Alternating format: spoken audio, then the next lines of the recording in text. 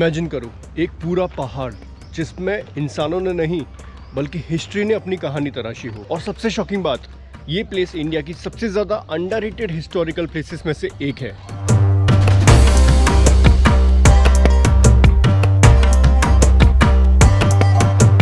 And honestly जब मैंने पहली बार इन्हें देखा तो मुझे लगा मैं इंडिया में नहीं किसी फॉरेन डेस्टिनेशन में हूँ। बट एक कॉन्फ्लिक्ट भी है, इतनी ऑसम जगह होने के बाद भी ज़्यादातर लोग यहाँ पे आते ही नहीं हैं। तो आज हम एक्सप्लोर करेंगे गोपाचल पर्वत के जैन रॉक कट स्कल्पचर्स, इनकी हिस्ट्री, इनके फैक्ट्स, फोटोग्राफी पोटेंशियल और एंड तक रुकना, क्योंकि एंड में मैं जो चीज़ बताने वाला हूँ वो शायद इस जगह की सबसे इंटरेस्टिंग पार्ट हो।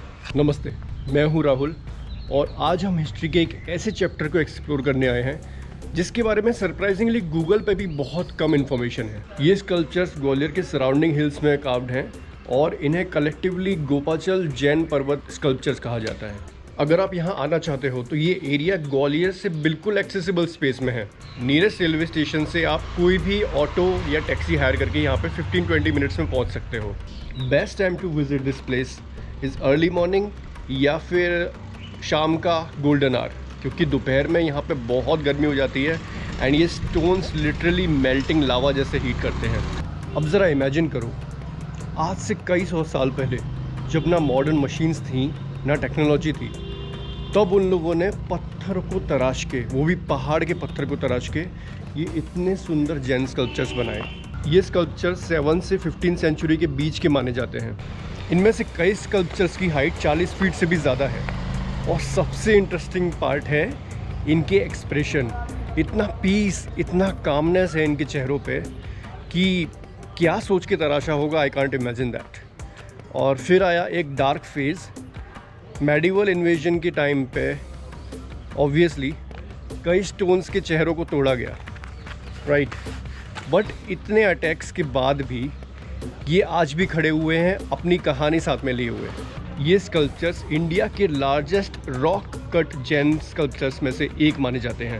ये स्कल्पचर्स डायरेक्टली माउंटेन को कट करके कार्व किए गए हैं, मतलब इन्हें अलग से बना के यहाँ पे इंस्टॉल नहीं किया गया है, बल्कि पत्थर को ही तराश के बनाया गया है। अगर आप ध्यान से देखो तो यहाँ पे हर स्कल्पचर्स का फेस एक्सप्रेशन मेडिटेटिव है। ये प्लेस सिर्फ हिस्ट्री लवर्स के लिए नहीं बल्कि फोटोग्राफर्स और फिल्म मेकर्स के लिए भी एक पैराडाइज है। अगर आप यहाँ शूट कर रहे हो तो wide angle lenses definitely carry करना, और लो एंगल शॉट्स स्टैच्यूज को और जाइगेंटिक दिखाते हैं। फ्रेम में एक ह्यूमन सब्जेक्ट को रखो ताकि स्कल्पचर्स का एक्चुअल स्केल फील हो। सनसेट और सनराइज के टाइम पे यहाँ पे स्कल्पचर्स पे जो लाइट का मैजिक होता है उसको कैप्चर करने का मज़ा ही कुछ और है। और एक बात, अगर आप यहाँ आ रहे हो एक्सपेक्टिंग अ हैवी टूरिस्ट वाली स्पेस तो शायद सरप्राइज़ मिल सके।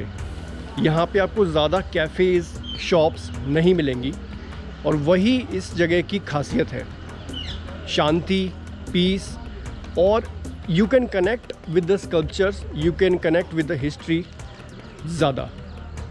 और यहाँ पे गर्मी बहुत ज़्यादा होती है तो कैरी अ वाटर बॉटल हमेशा, कंफर्टेबल शूज़ पहनो और इस जगह को रिस्पेक्टफुली एक्सप्लोर करो।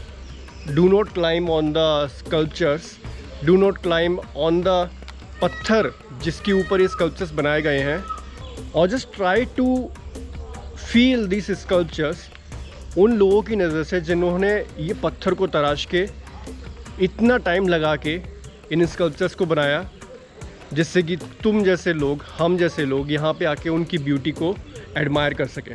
तो कंक्लूजन ये है कि ज़रूरी नहीं कि जो ज़्यादा फेमस जगह हैं वो ही ज़्यादा ऑसम हो। कभी कभी अंडररेटेड प्लेसेस भी बहुत ऑसम होती हैं, जैसे कि ये गोपाचल जैन पर्वत। तो अगर तुमको हिस्ट्री, फोटोग्राफी और ऐसी जगह देखना पसंद है तो चैनल को सब्सक्राइब करो, लाइक करो और शेयर करो, एंड सजेस्ट करो मुझे कि नेक्स्ट क्या एक्सप्लोर करके उसका वीडियो आप देखना चाहते हो। तब तक keep travelling, keep exploring and keep seeing the hidden places of India.